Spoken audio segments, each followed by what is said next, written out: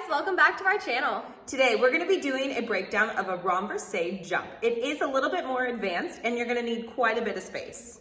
All right, let's break this down.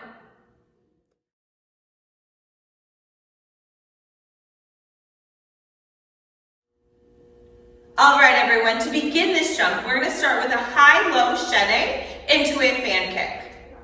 So we're facing the side. We're going to spot the front, high chaîné, low chaîné, spotting that front, right into a good fan kick and back lunge.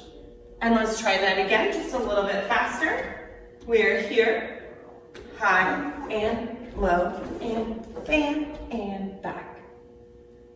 Now the only difference between that and the leap itself is going to be a saute with that bottom leg as you're doing that fan kick. So this is what it's going to look like.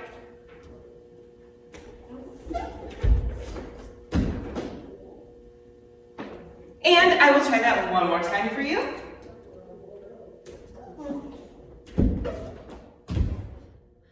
All right, guys, hope you liked learning this jump today. It's definitely one of our favorites. And if you like this video, make sure you subscribe to our page to see more breakdowns just like this one.